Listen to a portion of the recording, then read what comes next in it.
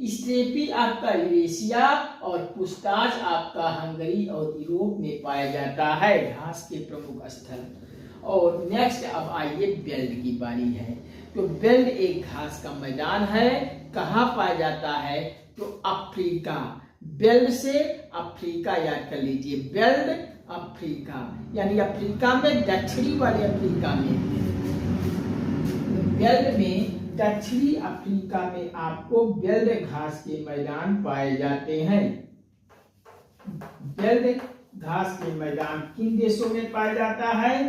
तो बेल्ट में आप क्षेत्र याद कर लीजिए, दक्षिण अफ्रीका, दक्षिणी अफ्रीका। दक्षिणी अफ्रीका में कौन सा घास का मैदान पाया जाता है? तो आपका उत्तर होना चाहिए बेल्ट। नेक्स्ट आइए डाउन्स को जान लेते हैं।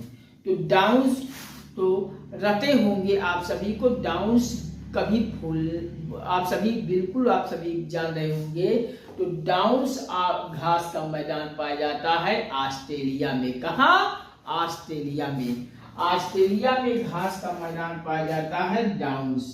तो डाउन्स के लिए ऑस्ट्रेलिया याद कर लीजिए, डाउन्स घास का मैदान पाया जाता है ऑस्ट्रेलिया में। इस प्रकार से डाउन्स हो गया ऑस्ट्रेलिया से। और लास्ट है कैंटरबरी।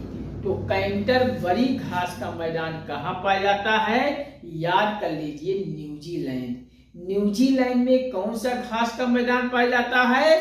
तो न्यूजीलैंड में पाया जाता है कैंटरबरी। कैंटरबरी याद कर लीजिए, न्यूजीलैंड, न्यूजीलैंड, न्यूजीलैंड। तो इस प्रकार से आप इतने को याद कर लीजिए, शीतोष्णकटिबंधीय वाले क्षेत्रों में घास के मैदान।